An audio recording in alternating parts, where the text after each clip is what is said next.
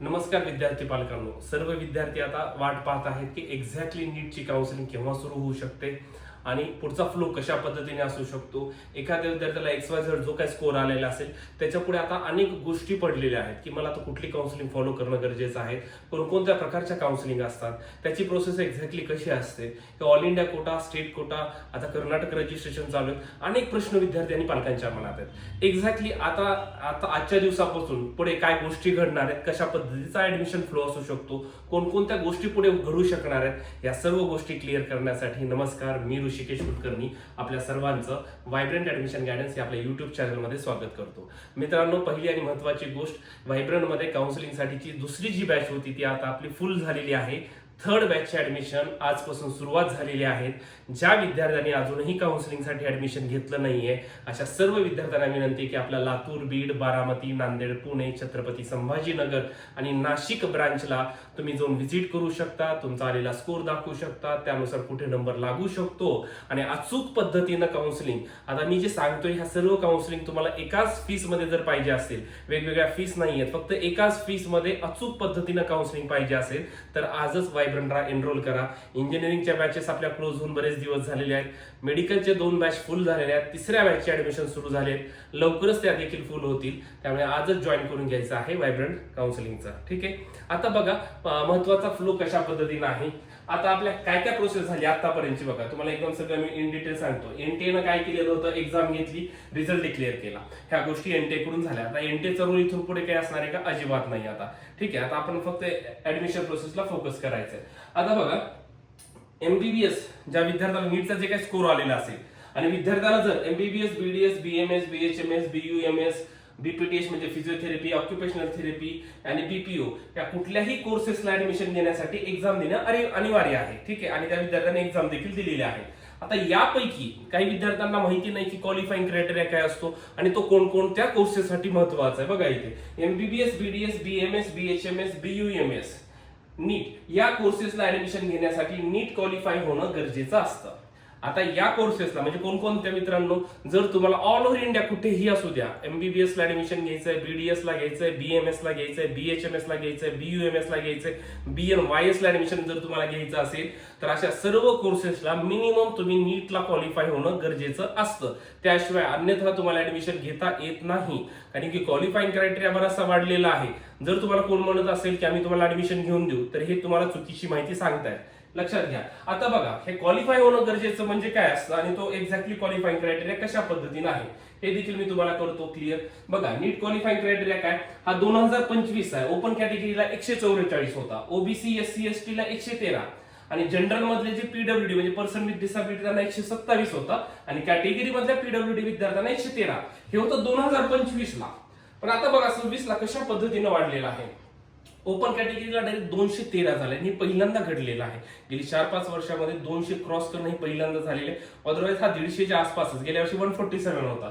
OBC, SC आणि ST कॅटेगरीला 177 ला qualifying criteria आहे. तुम्ही या कॅटेगरीमध्ये असाल तर मिनिमम हे एवढे मार्क असतील तरच तुम्ही मी आता सांगितलेल्या 5 कोर्सेसला इलिजिबल आहे. आणि जनरल मधले जे पर्सन विथ डिसॅबिलिटी त्यांना 194 ला इलिजिबिलिटी क्रायटेरिया आणि रिझर्व कॅटेगरी मधले पर्सन विथ डिसॅबिलिटी त्यांना 177 चा हा क्रायटेरिया आहे.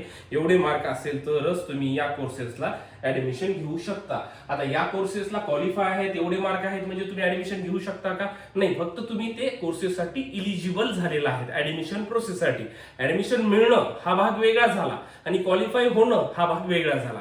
म्हणजे आता सपोज एखाद्या विद्यार्थ्याला जर आता जसं की ओपन कॅटेगरीचा 213 मार्क्सला इलिजिबिलिटी, एखाद्या विद्यार्थ्याला 220 आहे, तर तो एमबीबीएस, बीडीएस, बीएमएस, बीएचएमएस या प्रोसेससाठी इलिजिबल आहे.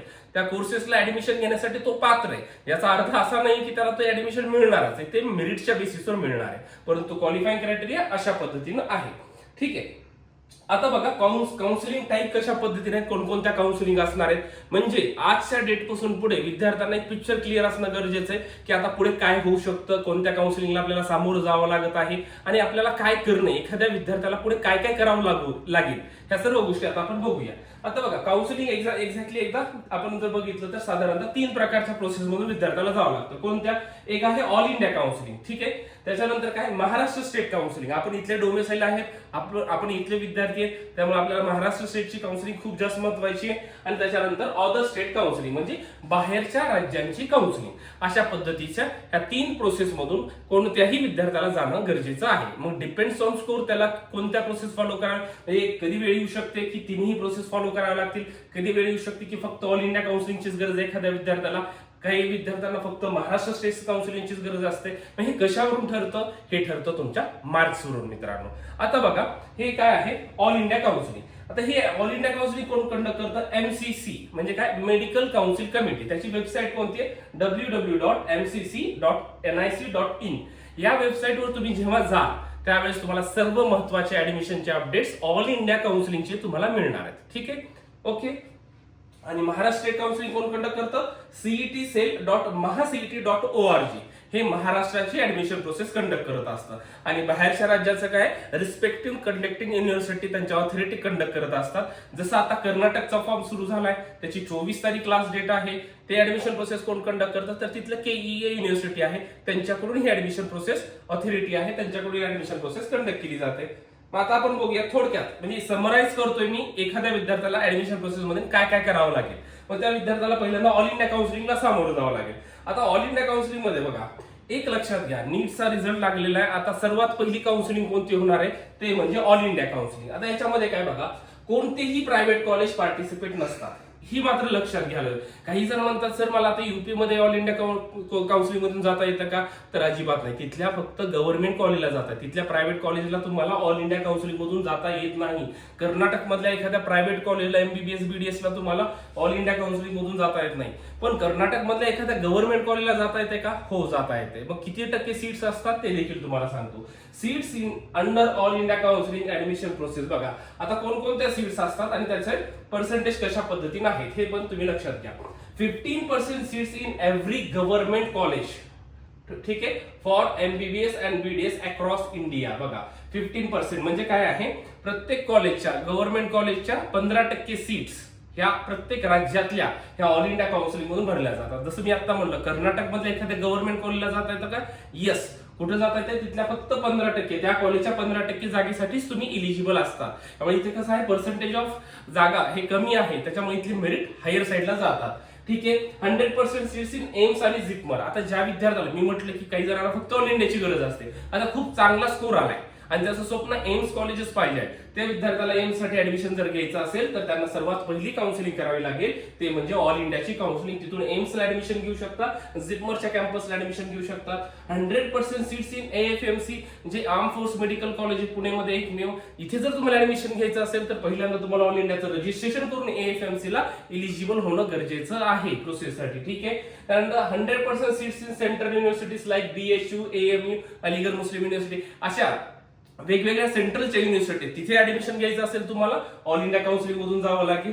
त्याच्यानंतर बघा 100% सीट्स इन डीम्ड युनिव्हर्सिटीज म्हणजे काय? आता काही विद्यार्थ्यांना कमी स्कोर आहे बघा ऑल इंडिया कोट्यासाठी, ज्यांना MBBS आणि BDS करायचंय, सर माझा 250 स्कोर आहे, माझा 350 स्कोर आहे, तरी त्या देखील विद्यार्थ्यांना MBBS ला ऍडमिशन घेता येतं. मग ते कुठे घेता येतं असतं? तर डीम युनिव्हर्सिटीमध्ये घेता येतं, ज्याच्या फीस हा जास्त असतात. 18 लाख, 20 लाख, 25 लाख, 30 लाख अशा पद्धतीच्या फीस आहेत. परंतु MBBS आणि BDS स्वप्न त्यांचं पूर्ण होतं का? 100% पूर्ण होतं. मग या काउन्सिलिंग ज्यांना करायची याच्यासाठी आता त्या विद्यार्थ्यांनी रेडी राहणं गरजेचं आहे, कारण की सर्वात पहिली काउन्सिलिंग ही ऑल इंडिया MCC आता सुरुवात होणार आहे. ठीक आहे, बघा मग ह्यांचे राऊंड कशा पद्धतीने असतात MCC चे बघा. आधी ऑल इंडिया कोटा राऊंड 1 असतो, त्यानंतर ऑल इंडिया कोटा राऊंड 2 होतो, त्यानंतर मॉपअप राऊंड होतो आणि मग स्ट्रे वॅकन्सी राऊंड चालतात. साधारणतः स्ट्रे वॅकन्सी राऊंड 2 ते 3 पुढे होत असतात. हे एकूण एक्झॅक्टली राऊंड चालतात आणि ही सर्व प्रोसेस ही ऑनलाईनच होत असते. कुठलाही ऑफलाईन राऊंड हा ऑनलाईन MCCच्या ऑल इंडिया कोटामध्ये नसतो. ठीक आहे, एकूण स्टँडर्ड राऊंड किती होतात? First round, second round, third राऊंडला मॉपअप राऊंड म्हटलं जातं आणि त्यानंतर ज्या वॅकन्सी शिल्लक राहतात त्याला स्ट्रे वॅकन्सी राऊंड म्हटलं जातं. मग तो स्ट्रे वॅकन्सी राऊंड 1 असतो, पुन्हा स्ट्रे वॅकन्सी राऊंड 2 होतो. मग वॅकन्सी जशा जशा राहतील तसे तसे ते राऊंड वाढत जातात. या राऊंडचे पण पुढे नियम असतात. ज्यावेळेस आता हे काउन्सिलिंग चालू होईल त्याच्यानंतर मी तुम्हाला हळूहळू त्याच्याबद्दल महत्त्वाचे नियम सांगणार आहे. ठीक आहे, आता ज्या विद्यार्थ्याला मी सांगितलंय गव्हर्नमेंट 15% कोटा, एम्स, झिपमर, AFMC ला ट्राय करायचंय, अलीगड म्हणजे असं सेंट्रल युनिव्हर्सिटीजला ट्राय करायचंय किंवा डीम कॉलेजला कमी मार्क MBBS करायचे, या सगळ्या विद्यार्थ्यांनी आता रेडी राहणं गरजेचं आहे. सर्वात लवकर आणि आधी आता ही काउन्सिलिंग सुरू होणार आहे. ठीक आहे, हे झालं आता काही विद्यार्थ्यांच्या बाबतीत, त्यांना हे अनुभवायला मिळणारच आहे. आता काही विद्यार्थ्यांना फक्त महाराष्ट्र स्टेट काउन्सिलिंग बद्दल ऍडमिशन प्रोसेस करायची असते, त्यांच्या मार्क्स प्रमाणे असते ह्या सगळ्या गोष्टी. ठीक आहे, मग महाराष्ट्रामध्ये ऍडमिशन प्रोसेस करायची असेल तर काय सिनेरिओ असतो आणि विद्यार्थ्याला कोणकोणत्या स्टेप मधून जावं लागेल हे बघा. MBBS, BDS, BMS, BHMS, BUMS, physiotherapy, BASLP, BOTH आणि BPO या सर्व कोर्सेसला ऍडमिशन घेण्यासाठी विद्यार्थ्यांना महाराष्ट्र CET सेलकडे रजिस्ट्रेशन करावं लागतं. आता बघा, सगळ्यात पहिली स्टेप काय आहे, ऑल इंडिया काउन्सिलिंग झाली की महाराष्ट्राची काउन्सिलिंग सुरू होणार आहे. मग याच्यामध्ये काय, मला महाराष्ट्रामध्ये MBBS करायचं असू द्या, BDS, BMS, अगदी फिजिओथेरपी कुठल्याही कोर्सेसला जर ऍडमिशन घ्यायचं असेल तर मला पहिलं काय करावं लागेल, CET सेलकडे मला आधी रजिस्ट्रेशन करावं लागेल. हे सर्व विद्यार्थ्याला करणं कंपल्सरी असतं. ठीक आहे, मग त्याच्यामध्ये काय होतं, रजिस्ट्रेशन केलं की पुढे डॉक्युमेंट्स अपलोड करावे लागतात, त्याच्यानंतर आपल्या महाराष्ट्राचे रँक येतात आणि मग राऊंड सुरू होत असतात. ठीक आहे, इन डिटेल प्रोसेस आपण पुढच्या व्हिडिओमध्ये बघणार आहे. आता बघा, महाराष्ट्र स्टेटचा ऍडमिशनचा राऊंड मध्ये काय, राऊंड 1, राऊंड 2, पुन्हा मॉपअप राऊंड असतो आणि पुन्हा इन्स्टिट्यूशन मध्ये स्टे वॅकन्सी राऊंड पुढे होत जातात. ठीक आहे, एकूण 3 राऊंड होतात, फर्स्ट राऊंड, सेकंड राऊंड, तिसऱ्या राऊंडला मॉपअप राऊंड म्हटलं जातं आणि सेम इकडे पुन्हा स्टे वॅकन्सी राऊंड महाराष्ट्र स्टेटमध्ये देखील होत असतात. ठीक आहे, हे झालं, हे काही विद्यार्थ्यांना या प्रोसेस मधून जावं लागेल. मग आता महाराष्ट्रामध्ये कशा पद्धतीच्या सीट्स आहेत बघा, seats under Maharashtra medical admission process. बघा, कॉलेज गव्हर्नमेंट MBBSच्या किती जागा असणार आहेत, 85% जागा, कारण की 15% जागा ऑल इंडियातून फिलअप होणार आहेत आणि प्रायव्हेट MBBS म्हणजे सेमी गव्हर्नमेंटच्या सगळ्या जागा असणार आहेत. BDSच्या 85% बिकॉज 15% सीट्स गव्हर्नमेंटच्या ऑल इंडियामधून होतात आणि प्रायव्हेटच्या 100% सीट्स. त्यानंतर गव्हर्नमेंट आणि प्रायव्हेट BMS साठीच्या 85% कोटा असतो, कारण आयुर्वेदाचा देखील ऑल इंडिया कोटा 15% असतो. अशा पद्धतीने BHMS, BMS सगळ्याच इथे दिलेला आहे आणि बाकी फिजिओथेरपीच्या वगैरे 100% सीट्स या महाराष्ट्र स्टेट मधूनच फिलअप केल्या जातात. मग सर आता हे राऊंड कशा पद्धतीने कंडक्ट होतात सर, काही जणांचं काय आहे, इथे काही विद्यार्थ्यांना असा पण अनुभव येणार आहे की मी ऑल इंडिया काउन्सिलिंग मध्ये पण मला पार्टिसिपेट व्हावं लागेल आणि मला स्टेटच्या प्रोसेसमध्ये पण राहावं लागेल. मग हे राऊंड कशा पद्धतीने, दोन्ही प्रोसेसमध्ये आम्ही राहू शकतो का, आता ते पण बघून घ्या तुम्ही. आता बघा, सिनेरिओ जर आपण डिस्कस करायचं झालं तर हा फ्लो कशा पद्धतीने चालणार आहे तुम्हाला सांगतो. ठीक आहे, आता ऑल इंडिया काउन्सिलिंग आणि स्टेट काउन्सिलिंगचा फ्लो बघा. आधी ऑल इंडियाचा राऊंड 1 होणार आहे, ऑल इंडियाचा म्हणजे एम्स, जिपमर 15% कोटा, डीम युनिव्हर्सिटीचा राऊंड 1 होणार आहे. मग आपल्या महाराष्ट्र स्टेटचा राऊंड 1 होणार आहे.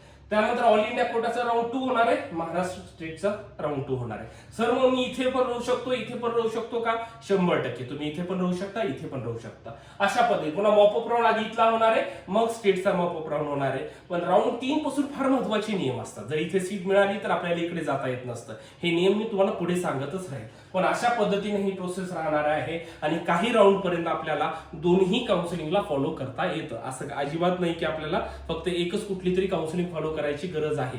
हा, इट डिपेंड्स तुमच्या स्कोर प्रमाणे. आम्ही सांगतो की ऑल इंडिया काउन्सिलिंग मध्ये राहणं तुम्हाला गरजेचं आहे का, नाही. अदरवाईज स्टेट काउन्सिलिंग तर सर्व विद्यार्थ्यांनी करणं अनिवार्य असतं, म्हणजे असतं, कारण की ते सर्वात जास्त महत्वाचं आहे. अशा पद्धतीचा हा फ्लो आहे. आणि याच्यानंतर म्हणजे काय असतं, अदर स्टेट काउन्सिलिंग म्हणजे बाहेरच्या राज्याची काउन्सिलिंग. आता हे कोणी केलं पाहिजे, इट डिपेंड्स ऑन त्यांच्या विद्यार्थ्याचा स्कोर कसा आहे. मग ऑल इंडिया काउन्सिलिंग किंवा महाराष्ट्रातही या कोर्सेसला नंबर लागत नसेल MBBS पासून फिजिओथेरपी पर्यंत आणि त्या विद्यार्थ्यांना बाहेर ऍडमिशन करायचं असेल तर त्यांनी ह्या काउन्सिलिंगला फॉलो करणं गरजेचं आहे. फॉर एक्झाम्पल, आता कर्नाटकमध्ये फॉर्म चालू झाले, MBBS, BDS, BMS सर्व कोर्सेससाठीचे हे फॉर्म आहेत. आता ज्या विद्यार्थ्याला आता नीटमध्ये बऱ्यापैकी स्कोर आहे आणि त्याचा महाराष्ट्रामध्ये MBBSला नंबर लागत नाहीये आणि त्याला वाटत आहे की मी कर्नाटकमध्ये मला करायचंय माझं, आता हे असतो ओपन स्टेट प्रायव्हेट कोटा, इथे स्कॉलरशिप मिळत नसते कोणालाच आणि मला तेवढी फी भरण्याची माझी तयारी 12 लाख 13 लाख जी MBBSची फीस आहे. काही विद्यार्थ्यांना BMS महाराष्ट्रात लागत नसेल आणि त्या विद्यार्थ्यांना वाटते की मला कर्नाटकमध्ये जाऊन BMS साठी ऍडमिशन घ्यायचंय, तर त्यांचे आता हे रजिस्ट्रेशन चालू झाले. फक्त रजिस्ट्रेशन आहे, पुन्हा चॉईस फिलिंग वगैरे त्याला वेळ आहे. मग अशा पद्धतीनं या काउन्सिलिंग मधून म्हणजे काही विद्यार्थ्यांना ही काउन्सिलिंग करावी लागणार आहे, काही विद्यार्थ्यांना हे करावे लागणार आहे, काही विद्यार्थ्यांना हे करावं आहे. बऱ्याच विद्यार्थ्यांना या सर्व प्रोसेसमध्ये राहावं लागतं. या सर्व प्रोसेसचे अलर्ट तुम्हाला माहित असणं गरजेचं आहे. या सर्व प्रोसेसचे नियम तुम्हाला माहित असणं गरजेचं आहे, कारण की बऱ्याचशा गोष्टीचे डिपॉझिट्स असतात, ते डिपॉझिट्स केव्हा जप्त होतात, प्रोसेसमध्ये कशा पद्धतीने राहायला पाहिजे, कुठली प्रोसेस केव्हा फॉलो करणं गरजेचं आहे, ह्या खूप गोष्टी महत्वाच्या आहेत आणि ह्या सर्व गोष्टी आम्ही व्हायब्रंटमध्ये अगदी व्यवस्थित करून देतोय. त्यामुळे आणि या सर्व काउन्सिलिंग मी जेवढं सांगतोय तुम्हाला, हे सर्व काउन्सिलिंग एकाच फीस मध्ये केली जाते, याच्यासाठी वेगळी अजिबात फीस घेतली जात नाहीये. त्यामुळे अचूक पद्धतीनं योग्य मार्गदर्शन जर पाहिजे असेल तर आजच व्हायब्रंटमध्ये मेडिकल काउन्सिलिंगसाठी ऍडमिशन घ्या. शेवटच्या बॅचचे ऍडमिशन चालू आहे. लवकरच हे देखील बॅच आपली फुल होईल. मग लातूर, बीड, बारामती, नांदेड, पुणे, छत्रपती संभाजीनगर आणि नाशिक ब्रांचला तुम्ही व्हिजिट करू शकता. नियर बायच्या ह्याला तुम्ही कॉल करू शकता. जाणं जरी गरजेचं नसेल तरी तुम्ही फोनवर देखील तुमचे डाऊट विचारू शकता आणि काउन्सिलिंगला ऑनलाईन ऍडमिशन घेऊन दिलं जाईल. हे रजिस्ट्रेशन करण्यापासून ते ऍडमिशन पर्यंत संपूर्ण प्रोसेस तुमची घर बसल्या ठिकाणी होते. आम्ही अजिबात तुम्हाला हे फॉर्म भरून तुमचे तुम्ही घ्या, हे तुम्हालाच करायचे असं आम्ही अजिबात सांगत नाही. फॉर्म भरण्यापासून ऍडमिशन पर्यंत मी सांगितलेला सर्व फ्लो आम्ही तुमच्या घर बसल्या ठिकाणी करून देतो. व्हिडिओच्या डिस्क्रिप्शन मध्ये आपल्या सर्व ऑफिसचे कॉन्टॅक्ट नंबर आहे, सर्व ऑफिसचे ऍड्रेस आहे. त्यामुळे आजच एनरोल करा आणि पुढील ऍडमिशन प्रोसेससाठी निश्चिंत राहा मित्रांनो. आणि असेच महत्त्वाचे व्हिडिओज पाहण्यासाठी आपल्या या युट्यूब चॅनलला सबस्क्राईब करायला विसरायचं नाहीये. Thank you so much.